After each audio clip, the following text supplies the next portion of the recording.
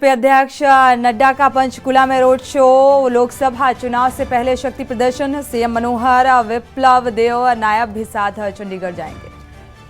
हरिद्वार में 250 करोड़ के पतंजलि गुरुकुलम का शिलान्यास राजनाथ सिंह ने नींव रखी और पूरा होने पर दुनिया का सबसे बड़ा गुरुकुल होगा। अरविंद केजरीवाल आज से 3 दिन के गुजरात दौरे पर। कई शहरों में सम्मेलन और जनसभाएं करेंगे। जेल में बंद आप विधायक से भी मिलेंगे। हड़ताल के चलते राहुल गांधी मामले में टली सुनवाई। आज एमपी एमएलए कोर्ट में राहुल गांधी की पेशी। 18 जनवरी की लगाई गई तिथि। गर्भगृह में विराजेगी रामलला की श्याम लला प्रतिमा। बावरी के पक्षकार इकबाल अंसारी को प्राण प्रतिष्ठा का न्योता। एमपी यूपी में सुबह बारिश। राजस्थान में अलर्ट। पंजाब समेत 16 राज्यों में घना कोहरा। कई ट्रेन फ्लाइट्स लेट। यूपी में स्कूलों की टाइमिंग बदली। देख रहे हैं के न्यूज, खबरों का सारथी। नमस्कार, आप देख रहे हैं के न्यूज। मैं हूं आपके साथ सोनी चौहान। देश की बात में आपका स्वागत है। रुख खबरों का दिल्ली से हम खबर आपको बता दें। 22 जनवरी को प्राण प्रतिष्ठा की तैयारी तेज होती हुई नजर आ रही है। बीजेपी नेता रामवीर सिंह विधूड़ी ने मांग उठाई है कि दिल्ली में इस दिन शराब की दुकान बंद रखने की मांग। मांस की दुकान भी बंद रखने की मांग उठाई।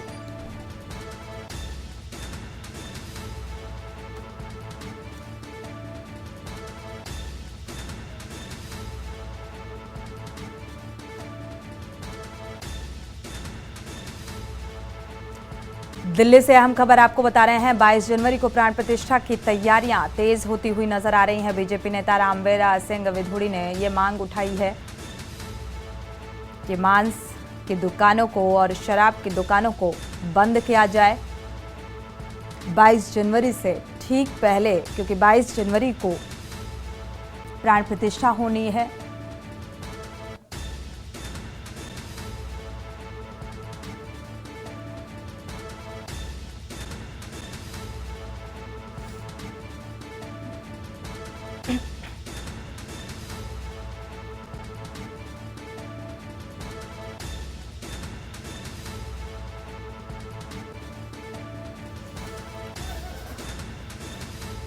दिल्ली से अहम खबर आपको बता दें। 22 जनवरी को प्राण प्रतिष्ठा होनी है और उससे ठीक पहले बीजेपी नेता रामवीर सिंह विधूड़ी ने यह मांग उठाई कि शराब की दुकानों को बंद किया जाए, मांस की दुकानों को बंद किया जाए।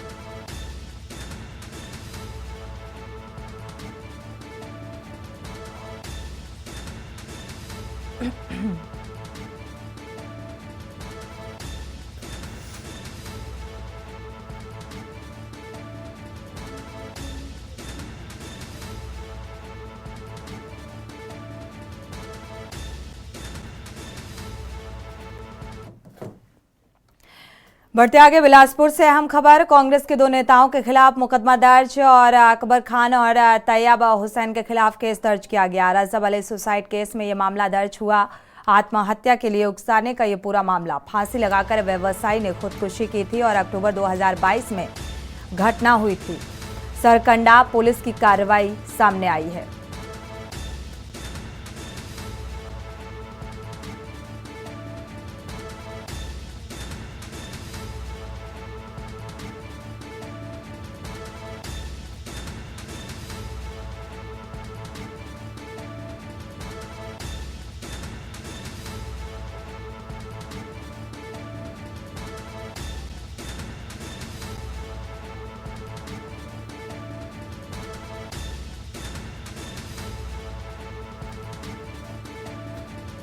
तो यह अहम खबर सामने आ रही है। आपको बता दें, सरकंडा पुलिस के इस मामले में कार्रवाई हुई है। बिलासपुर से अहम खबर।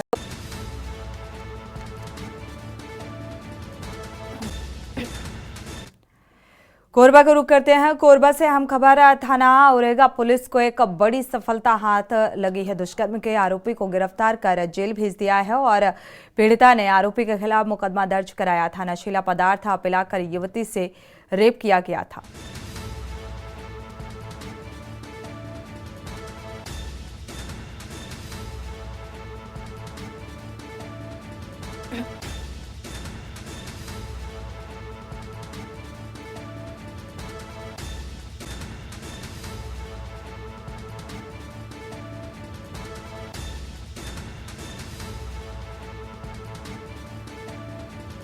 कोरबा से अहम खबर सामने आ रही है। एक बड़ी सफलता, पुलिस को रेप के आरोपी को गिरफ्तार कर जेल भेजा गया है। पीड़िता ने आरोपी के खिलाफ मुकदमा दर्ज कराया था।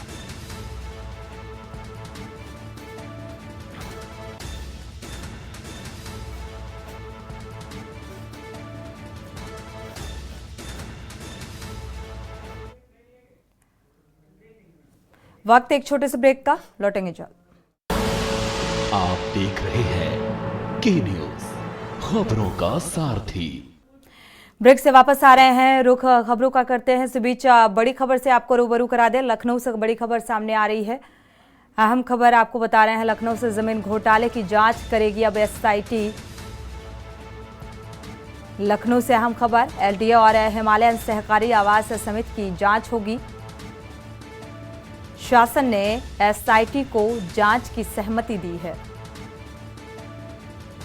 250 से ज्यादा प्लॉटों पर बंदरबाट का आरोप लगाया गया है, तो कई वर्तमान और तत्कालीन अधिकारियों पर गाज गिर सकती है, यानी कि कार्रवाई हो सकती है। गोमती नगर विस्तार सहित कई योजनाएं संदिग्ध हैं। तो आईएएस और पीसीएस 200 करोड़ से ऊपर घोटाले के आसार जताए जा रहे हैं। लखनऊ से यह अहम खबर, घोटाले की तस्वीर सामने आ रही है। अब एसआईटी इस पूरे अवैध घोटाले को लेकर जांच करेगी। शासन ने एसआईटी को अब ये पूरी जांच की सहमति दे दी गई है। तो 250 से ज्यादा प्लॉटों पर बंदरबाट का आरोप लगा है। संदीप मिश्रा इससे खबर पर जुड़े हुए हैं ज्यादा जानकारी के साथ। संदीप, ये घोटाले की तस्वीर सामने आ रही है। अब एसआईटी को जांच सौंपी गई है, क्या कुछ आसार, क्या कुछ अपडेट? देखिए, आपको बता दें कि गोमती नगर और गोमती नगर विस्तार में कई ऐसी योजनाएं जो लगभग 200 करोड़ से ऊपर की जमीनें थी। ये घोटाला सामने देखने को मिला है, जहां पर एलडीए और हिमालयन सहकारी समिति है और इसकी जांच जो है वो घोटाले की जो जांच है एसआईटी करती हुई नजर आएगी। यानी कि शासन ने इस पर जो है एसआईटी की सहमति बनाई है। इसके साथ ही साथ एलडीए और हिमालयन सहकारी समिति की जो इसकी जांच होगी वो करती हुई नजर आएगी। साथ ही तौर पे इसमें कई एक नकाबपोश हैं जिनके चेहरे जो है बेनकाब हो सकते हैं अगर एसआईटी सही से जांच करती है। तो लगभग 250 जो प्लाटों का जो बंदरबाट हुआ है उसमें कई चेहरे ऐसे होंगे जो सामने निकल के आएंगे। जांच अगर सही ढंग से होती है तो निश्चित तौर पे कई ऐसे चेहरे होंगे जो आईएएस होंगे, जो पीसीएस अफसर होंगे, जिनके नाम जो है सामने उजागर हो सकते हैं। यानी कि माना जा रहा है कि जिस तरीके से एसआईटी अब इस पूरे मामले को जांच कर रही है और जांच करने के बाद कई ऐसी चीजें होंगी जो सामने निकल करके आती हुई नजर आएंगी। जी बिल्कुल संदीप, यानी कि इसमें इस घोटाले में कई अधिकारियों पर भी गाज गिर सकती है और इनके खिलाफ भी कार्रवाई की जा सकती है। शुक्रिया हमारे साथ जुड़ने के लिए और ये जानकारी साझा करने के लिए। तो फिलहाल कई अधिकारी आईएएस और पीसीएस जो हैं उनके खिलाफ भी कार्रवाई हो सकती है। इसी बीच एक खबर सामने आ रही है वाराणसी से। अहम खबर आपको बता दें, ज्ञानवापी मामले से जुड़ा हुआ ये फैसला अब टला है। तो 24 जनवरी को आएगी कोर्ट का फैसला। अब 24 जनवरी को सामने आएगा। ज्ञानवापी मामले में ये फैसला टला है, तो जिसको लेकर सुनवाई होनी थी और कोर्ट का फैसला सामने आया है, एक बार फिर से टलता हुआ नजर आ रहा है और डेट बढ़ा दी गई है। यानी कि 24 जनवरी को अब ज्ञानवापी मामले पर फैसला निकलकर सामने आएगा।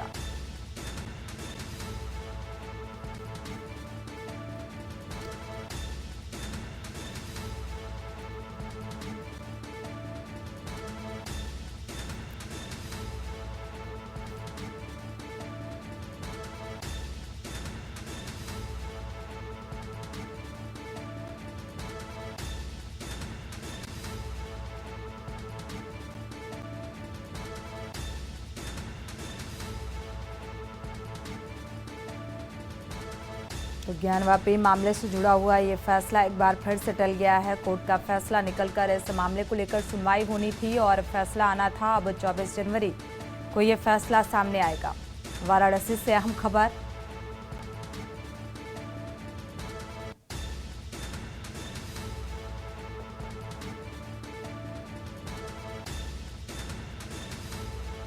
विकी डे इसी खबर पर जुड़े हुए हैं ज़्यादा जानकारी के साथ। विकी डे, देखा जाए तो एक बार फिर से कोर्ट का फैसला टल गया है, 24 जनवरी डेट बढ़ा दी गई है।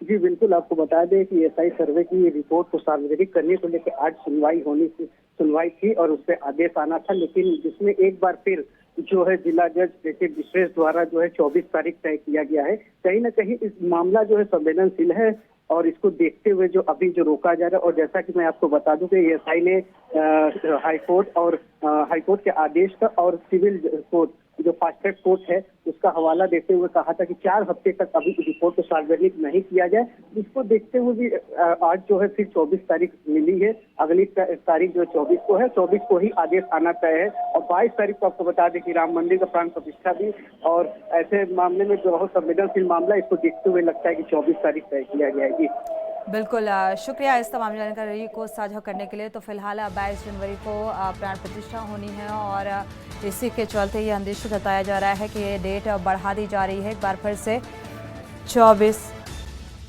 जनवरी को अब फैसला सामने आएगा। तो एक बार फिर से गोरखपुर का रुख कर लेते हैं। 2 दिवसीय दौरे पर हैं सीएम योगी आदित्यनाथ। विकसित भारत संकल्प यात्रा कार्यक्रम में शामिल होने के लिए पहुंचे हुए हैं और ये आप सीधी तस्वीरें इस वक्त गोरखपुर से देख पा रहे हैं। गोद में एक बच्ची को लिए हुए उसको खीर चखाते हुए नजर आ रहे हैं सीएम योगी आदित्यनाथ।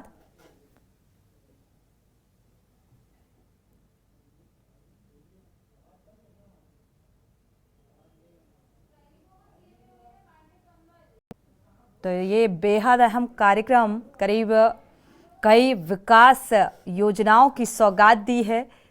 लोकार्पण और शिलान्यास, करोड़ों की सौगात दी है। इस विकसित भारत संकल्प यात्रा कार्यक्रम में शिरकत करने के लिए पहुंचे हुए हैं। तो 1615 लाख की विकास योजनाओं की सौगात और कई कार्यक्रमों में हिस्सेदारी होगी। विकसित भारत संकल्प यात्रा कार्यक्रम में शिरकत करने के लिए पहुंचे हुए हैं और ये 2 दिवसीय दौरा इन तमाम योजनाओं के लोकार्पण और शिलान्यास के लिहाज से भी बेहद अहम माना जा रहा है।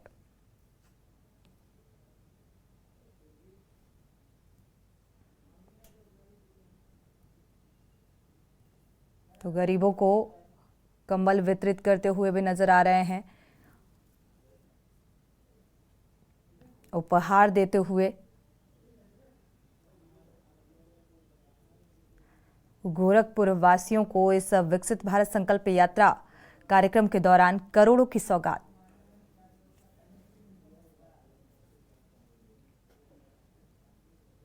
तो ये सीधी तस्वीरें हाथ जोड़कर अभिवादन स्वीकार करते हुए जो स्टॉल्स इस कार्यक्रम में लगाए गए हैं उसका मौका मुआयना करते हुए आगे बढ़ रहे हैं।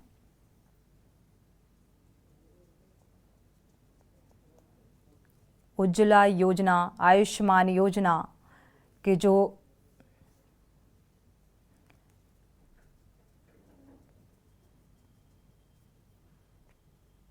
लाभार्थी रहे उनको भी सम्मानित किया गया। और इस बीच आप ये तस्वीरें देख पा रहे हैं, बेहद खास तस्वीरें। इस कार्यक्रम के जरिए जो गरीब परिवार हैं उनको उपहार देते हुए नजर आ रहे हैं। वक्त एक छोटे से ब्रेक का, लौटेंगे चल। आप देख रहे हैं के न्यूज, खबरों का सारथी। ब्रेक से वापस आ रहे हैं, रुक करते हैं गोरखपुर का, जहां पर सीएम योगी आदित्यनाथ 2 दिवसीय दौरे पर हैं। तो हवन पूजन करते हुए ये तस्वीरें आप देख पा रहे हैं। विकसित भारत संकल्प यात्रा का कार्यक्रम और जगह जगह इस कार्यक्रम के जरिए ये बताने की कोशिश कि सरकार की जो योजनाएं हैं वो जनहित के लिए कितनी महत्वपूर्ण हैं और गोरखपुर वासियों को करोड़ों की सौगात। तो कई योजनाओं का लोकार्पण और शिलान्यास किया। इस बीच आप देख पा रहे हैं इस कार्यक्रम की बेहद खास तस्वीरें। तो पूजा पाठ में शामिल हैं सीएम योगी आदित्यनाथ।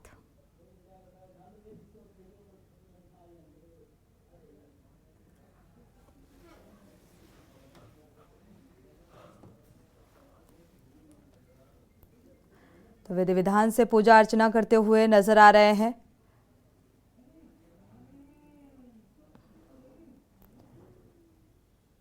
तो 2 दिवसीय दौरा ये विकसित भारत संकल्प यात्रा के तहत आयोजित कार्यक्रम को में फिलहाल आपको बता दें, करोड़ों की सौगात, गोरखपुर वासियों को कई परियोजनाओं का शिलान्यास भी किया। और इस बीच ये सीधी तस्वीरें आप पूजा पाठ की देख पा रहे हैं, जहां पर गरीबों को उपहार और कंबल भी वितरित किए सीएम योगी आदित्यनाथ ने। और लाभार्थियों से सीधा संवाद भी किया, लोगों से मुखातिब हुए, जन संबोधन भी किया। और अपने संबोधन में इस बात का भी जिक्र किया कि केंद्र और राज्य में बीजेपी की सरकार नहीं थी तो लोगों को शौचालय, आवास, राशन, स्वास्थ्य, सड़क, बिजली के लिए भटकना पड़ता था, जो अब आसान हो गया है। जो सरकार योजनाएं चला रही है उसका लाभ आम जनता को मिल पा रहा है।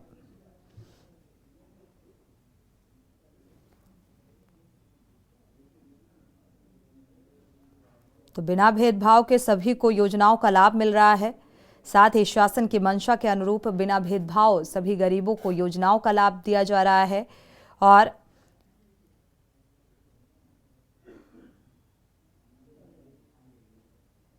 तमाम जो योजनाएं जनहित के लिए चलाई जा रही हैं, उनका इस कार्यक्रम के जरिए लोगों तक उन योजनाओं को बताना, उनके बारे में जानकारी साझा करना। तो गरीबों की खुशहाली के लिए ये कार्यक्रम आयोजित किए जा रहे हैं ताकि सरकार की योजनाओं के बारे में आम जनता को पता चल सके।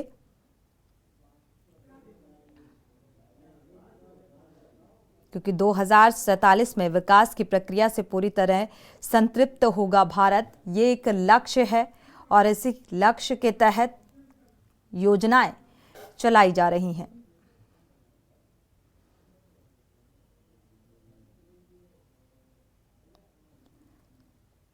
तो इस तरह के परिणाम के साथ ही एक संकल्प के साथ आगे बढ़ते रहे तो 2047 में भारत जब अपनी आज़ादी का शताब्दी महोत्सव मनाएगा तो हम एक विकसित राष्ट्र के रूप में भारत को देख पाएंगे, जिस भारत में गरीबी, अशिक्षा, अव्यवस्था, असुरक्षा नहीं होगी, बल्कि उसमें दुनिया को नेतृत्व देने का सामर्थ्य होगा और हर नागरिक के चेहरे पर खुशहाली होगी, विकास की प्रक्रिया पूरी संतृप्त होगी और एक ऐसा भारत होगा जिस पर हर भारतीय गौरव की अनुभूति करेगा और दुनिया उसका अनुसरण करेगा। मुख्यमंत्री ने इस बात का भी जिक्र किया कि संकल्पों को ध्यान में रखकर पीएम मोदी ने विकसित भारत संकल्प यात्रा का शुभारंभ करवाया, जो कि 15 नवंबर से शुरुआत हुई थी और अब इसी के तहत जन जन तक सरकार की योजनाओं को पहुंचाया जा रहा है, बताया जा रहा है, जानकारी दी जा रही है कि सरकार जनहित में किस तरीके से विकास कार्य कर रही है और जो संकल्प है उसी के साथ आगे बढ़ रही है।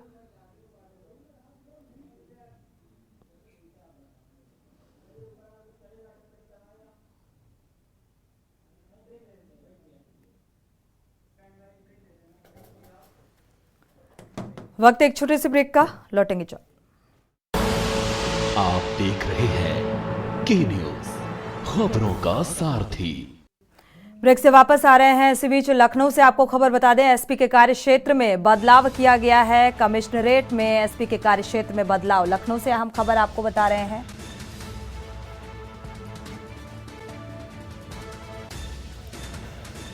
तो यह अहम खबर लखनऊ से, एसपी अभय प्रताप मल्ल बनेंगे अब कैसरबाग के एसपी सुनील कुमार शर्मा को सीएम फ्लीट का चार्ज सौंपा जाएगा, यह जिम्मेदारी सौंपी जाएगी।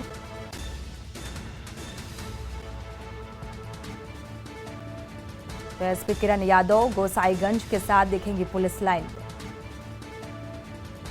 एसपी इंद्रपाल सिंह को अतिरिक्त यातायात का कार्यभार सौंपा जाएगा। इंस्पेक्टर राजेश जोशी को मदेयागंज का कार्यभार मिला है। इंस्पेक्टर राजेश सिंह मिला मदियागंज का चार्ज संभालेंगे। रुक करते हैं खबरों का। लोकसभा चुनाव को मद्देनजर रखते हुए नया रायपुर में स्थित जनम मानस भवन में भारतीय जनता पार्टी के द्वारा बैठक रखी गई थी, जिसमें प्रदेश के मुख्यमंत्री और बीजेपी के बड़े नेता शामिल हुए। पूर्व मंत्री अजय चंद्रकार ने बैठक को लेकर कहा कि पूरा एक रोड मैप चुनाव को जीतने के लिए बनाया गया है।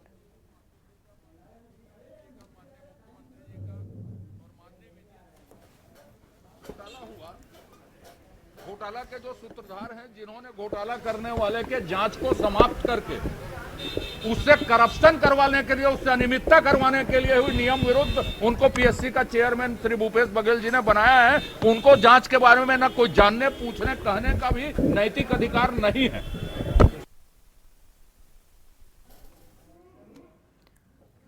पूर्व मंत्री शिव कुमार डहरिया के बंगले को लेकर छत्तीसगढ़ में घमासान मचा हुआ है। स्वास्थ्य मंत्री श्याम बिहारी जायसवाल ने बंगले पर सामान चोरी होने का आरोप लगाया है और पत्रकारों से चर्चा करते हुए जायसवाल ने कहा है कि मैंने किसी भी व्यक्ति पर कोई आरोप नहीं लगाया, जांच का विषय है।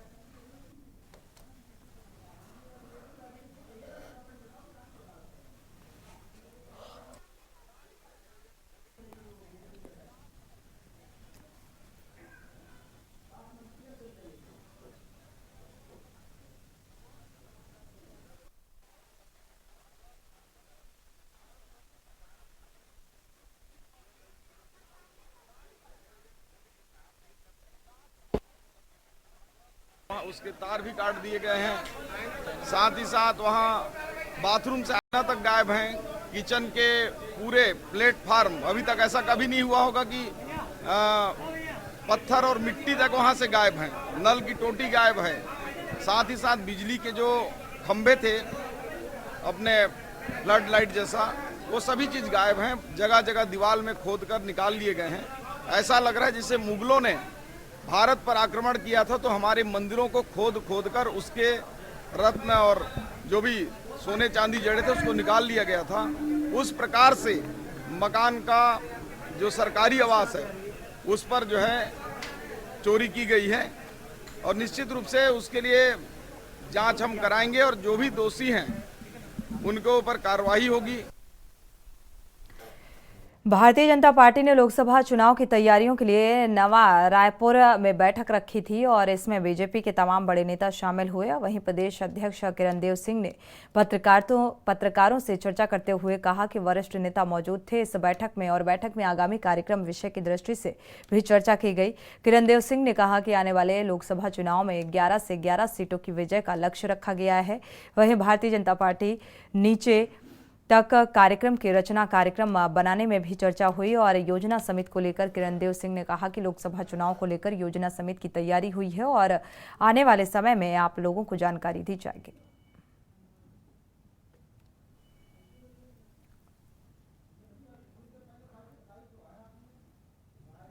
सभी वरिष्ठ नेतागण, हमारे अजय जामवाल जी, पवन साय जी सहित सभी, और आगामी कार्यक्रम कार्य योजना की दृष्टि से विषय विस्तार चर्चा हुई है, बातचीत हुई है आने वाले दिनों में लोकसभा की दृष्टि से, और 11 की 11 लोकसभा सीटों का लक्ष्य लेकर विजयश्री का और भारतीय जनता पार्टी के नीचे तक के कार्यक्रमों की रचना, ये सब बनाने का तय हुआ है।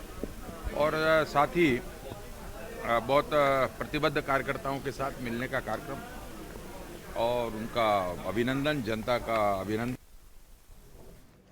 रुक करते हैं अगली खबर का। रायगढ़ मार्ग पर अंबिकापुर से 45 किलोमीटर की दूरी पर सेदम नामक गांव है और इसका दक्षिण दिशा में 2 किलोमीटर की दूरी पर पहाड़ियों के बीच एक सुंदर झरना प्रवाहित होता है। इस झरना के गिरने वाले स्थान पर एक जल कुंड निर्मित है। यहाँ पर एक शिव मंदिर भी है। शिवरात्रि पर सेदम गांव के श्रद्धालु पूजा पाठ करने के लिए आते हैं और इस झरना को राम झरना के नाम से भी जाना जाता है। यहाँ पर्यटक वर्ष भर जाते थे मगर अब कुछ वर्षों से सैलानी नहीं जा रहे हैं। रास्ता और व्यवस्था के कारण लोग अब जाने में रुचि नहीं लेते हैं और नए साल 1 जनवरी को प्रगति का आनंद लेने और पर्यटक भी यहाँ नहीं पहुँच रहे हैं।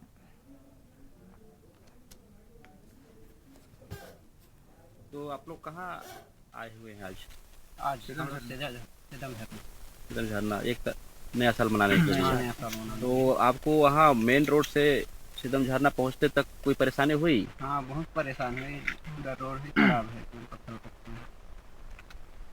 गाड़ी कहाँ खड़ा किए हैं, कितना दूर खड़ा किए हैं? देखने के लिए जाना पड़ता है जल्द।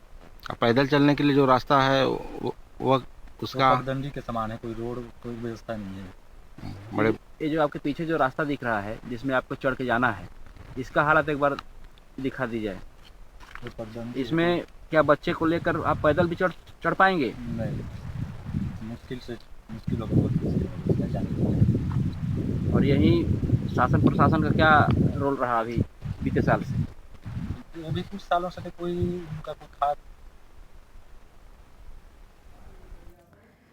कोरबा जिले में आदिवासी छात्रावास की छात्राओं के साथ छेड़छाड़ के मामले में शिक्षक संदीप अग्रवाल पर सहायक आयुक्त ने एफआईआर दर्ज करने का आदेश दिया और कुछ दिनों पूर्व ग्राम घरी पखना के प्री मैट्रिक आदिवासी छात्रावास में 2 बच्चियों ने शिक्षक पर छेड़छाड़ का आरोप लगाया और अधिकक्षा की शिकायत पर आदिवासी विकास कोरबा ने जांच टीम गठित कर जांच के बाद दोषी पाए जाने पर शिक्षक संदीप अग्रवाल को निलंबित कर दिया था। सहायक आयुक्त ने दोषी शिक्षक पर स्थानीय थाना कटघोरा में एफआईआर दर्ज करने का आदेश जारी किया।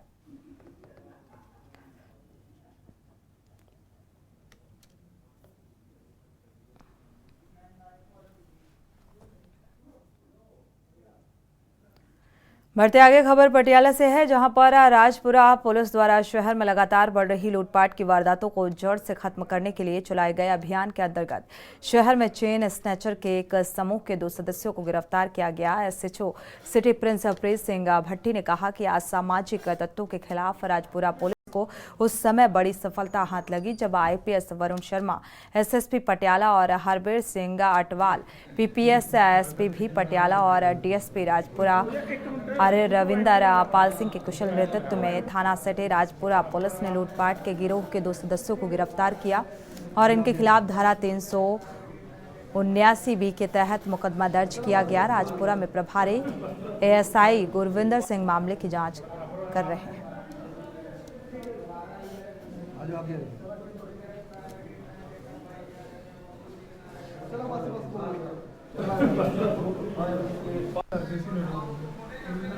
सर सामने देखिए मैडम, ये दोबारा चकाएगा इस तरह करके। एक मिनट उतरो एंड को माला पड़ेगा। जिसका सदियों से इंतजार था वो दिन अब 22 जनवरी 2024 को आ रहा है और अब अयोध्या में भगवान श्री राम लला की मूर्ति की प्राण प्रतिष्ठा होगी और इस दिन का सारा प्रोग्राम पूरी दुनिया में लाइव दिखाया जाएगा। अयोध्या धाम से पहुंचे अक्षता कलश और निमंत्रण पत्र पूरे देश में भेजे जा रहे हैं और मोगा में भी निमंत्रण पत्र और अक्षत कलश सभी घरों और दफ्तरों में बांटे जा रहे हैं और आम जनता को अपील की जा रही है कि वो सभी अपने परिवारों सहित 22 जनवरी को पूजा अर्चना करें, लाइव प्रोग्राम देखें, भगवान राम जी के गुण गाएं। जय श्री राम।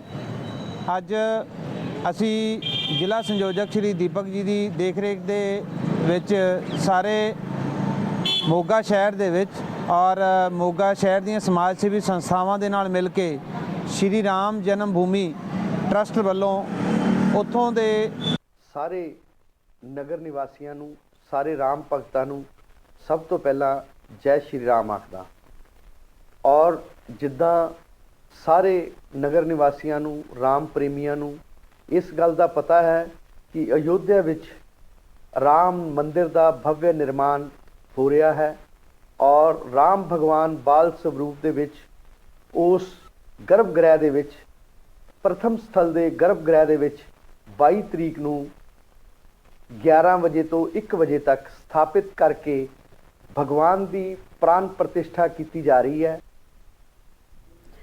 इंदौर के बाईपास स्थित लाभ गंगा एग्जीबिशन सेंटर में 4 दिवसीय इंडस्ट्रियल इंजीनियरिंग और मैन्युफैक्चरिंग एक्सपो की शुरुआत कैबिनेट मंत्री विजय वर्गीय ने किया और इस दौरान उद्योगपतियों ने सालों से खाली पड़े शरौलाए की जमीन पर उद्योगों के लिए कन्वेंशन सेंटर बनाने की मांग की थी।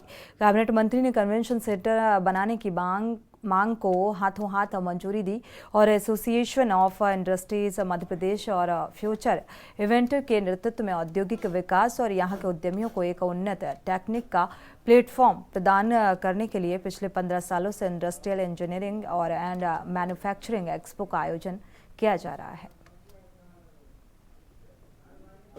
देखिए, इंदौर में जो औद्योगिक विकास देख रहे हैं हम पिछले 20 वर्षों में काफ़ी तेज़ी से बढ़ा है और सिर्फ इंजीनियरिंग सेक्शन नहीं, हर सेक्शन में हमने काफ़ी प्रगति की है। यदि फार्मास्यूटिकल आप देखेंगे तो उसमें भी बहुत एक्सपोर्ट ज़बरदस्त हो रहा है।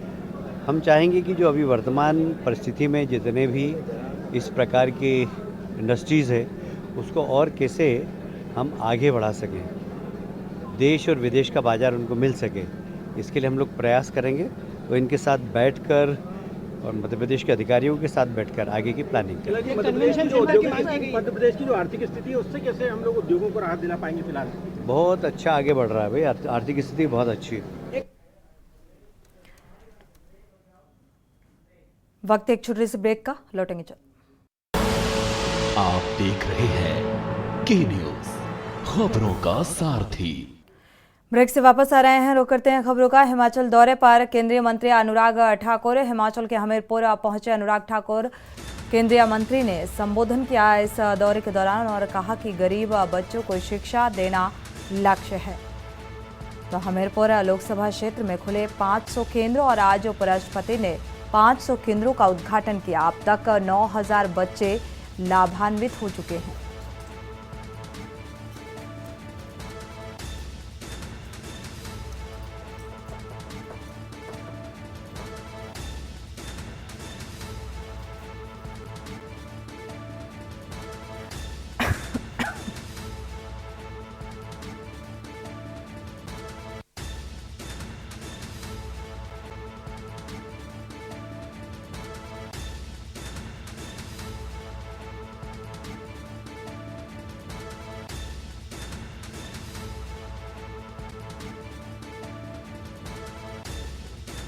कौन सी दवा?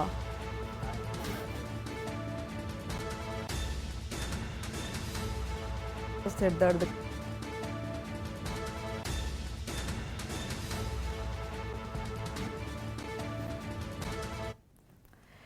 रुक करते हैं अगली खबर का। केंद्र सरकार की जन कल्याणकारी योजनाओं को जन जन तक पहुंचाने के लिए इन दिनों चलाई जा रही विकसित भारत यात्रा सोलन पहुंची और यहां पर चिल्ड्रन पार्क में एलईडी के माध्यम से लोगों को केंद्र सरकार की जन कल्याणकारी योजनाओं के बारे में जानकारी दी।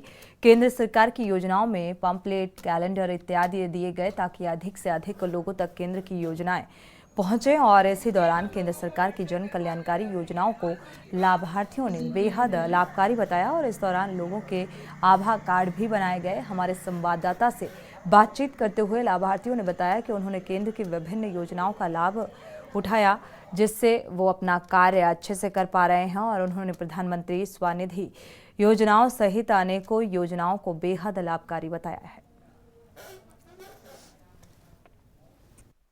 तो केंद्र सरकार ने एक स्कीम चलाई थी स्वनिधि योजना के तहत, तो उसमें से 10,000 से 50,000 तक का लोन मिल रहा था।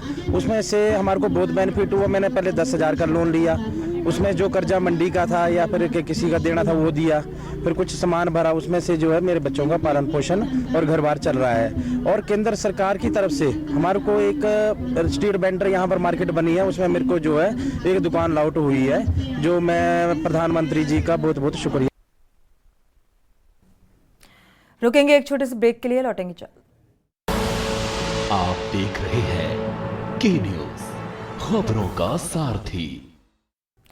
ब्रेक से वापस आ रहे हैं। सुल्तानपुर में अधिवक्ताओं की हड़ताल जारी है। हड़ताल के चलते राहुल गांधी मामले में सुनवाई टली है और आज एमपी एमएलए कोर्ट में राहुल गांधी की पेशी होनी थी और 18 जनवरी की अब अगली तारीख लगाई गई है। तो हड़ताल के चलते ये सुनवाई टली है।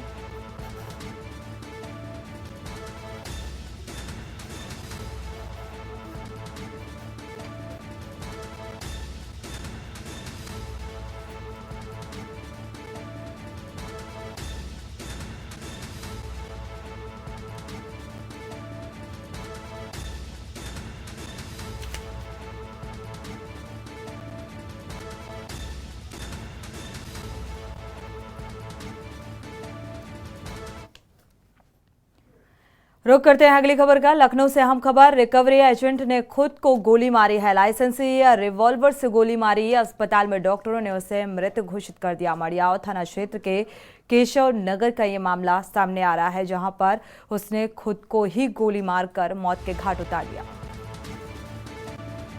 तो लखनऊ से यह अहम खबर आपको बता रहे हैं। लाइसेंसी बंदूक से खुद को गोली मारी। हालांकि आनन फानन में उसे अस्पताल लेकर पहुंचे डॉक्टरों ने मृत घोषित कर दिया। मड़ियाव थाना क्षेत्र का पूरा मामला। रिकवरी एजेंट ने खुद को गोली मारी।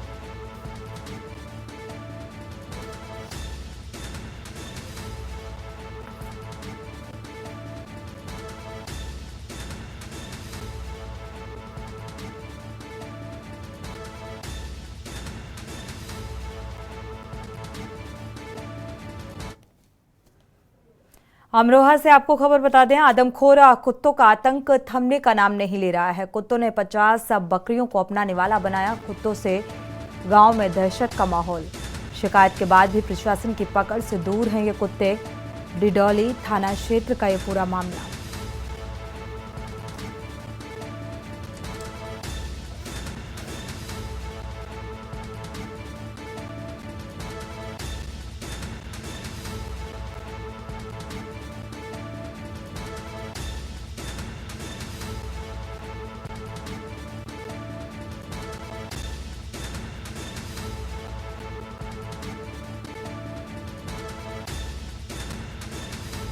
डिडौली थाना क्षेत्र का ये पूरा मामला सामने आ रहा है, जहां पर आदमखोर कुत्तों का आतंक थमने का नाम नहीं ले रहा। बेपरवाह जिम्मेदारों की वजह से लगातार लोग इन आवारा कुत्तों का शिकार हो रहे हैं। कुत्तों से गांव में दहशत का माहौल।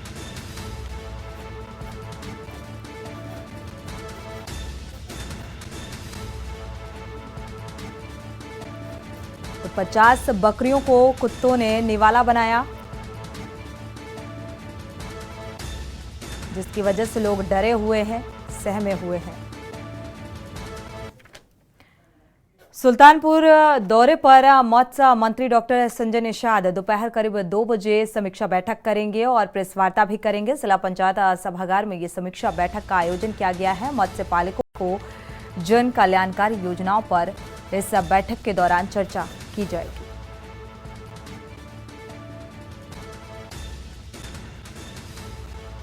तो मत्स्य पालकों से जन कल्याण जो कल्याणकारी योजनाएं हैं उसको लेकर इस बैठक में चर्चा की जाएगी। मंत्री डॉक्टर संजय निषाद दौरे पर हैं और इस दौरे के दौरान प्रेस वार्ता और समीक्षा बैठक रखी गई है।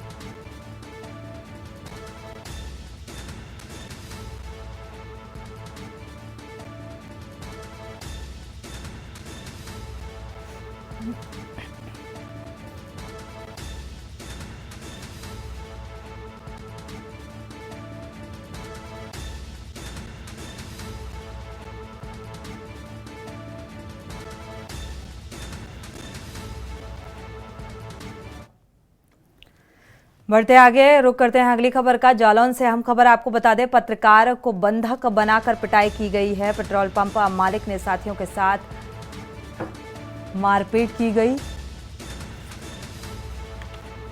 दबंगों ने बेल्टों से पीटकर पत्रकार को लहूलुहान कर दिया।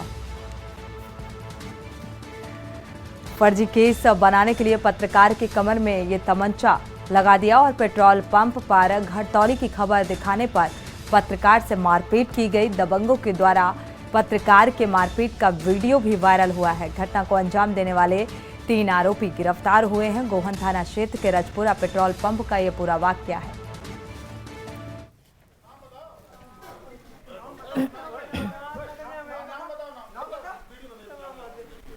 सोशल मीडिया के माध्यम से ज्ञात हुआ था कि पूर्व में एक युवक एवं पेट्रोल पंप मैनेजर के मध्य घटतौली को लेकर विवाद हुआ था, जिसमें पेट्रोल पंप मैनेजर द्वारा कल दिनांक 5/1/24 को उक्त युवक को अपने पेट्रोल पंप पर बुलाया गया था तथा वाद विवाद के दौरान उक्त युवक के साथ मारपीट की गई थी।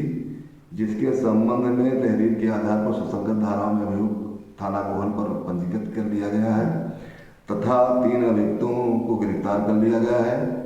अग्रिम विधिक कार्रवाई की जा रही है।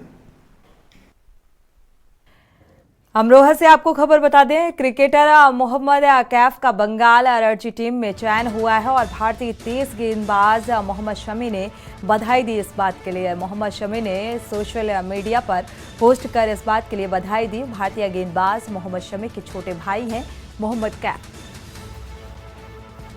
तो मोहम्मद कैफ का सिलेक्शन और इसके लिए भारतीय गेंदबाज मोहम्मद शमी ने बधाई दी।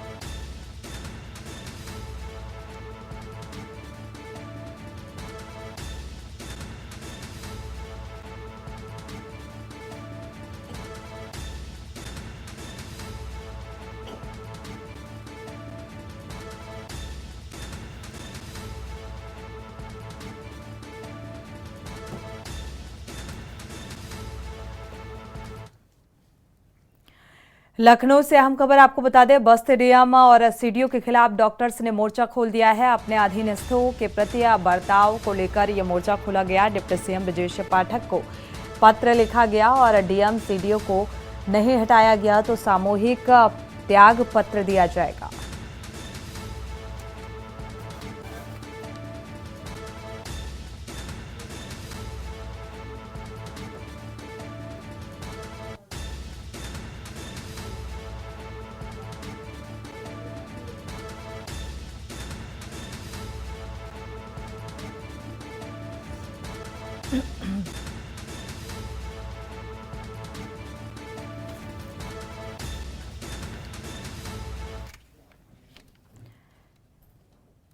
इसी के साथ देश की बात में फिलहाल बस इतना ही। आगे खबरों के लिए आप देखते रहिए के न्यूज़ इंडिया।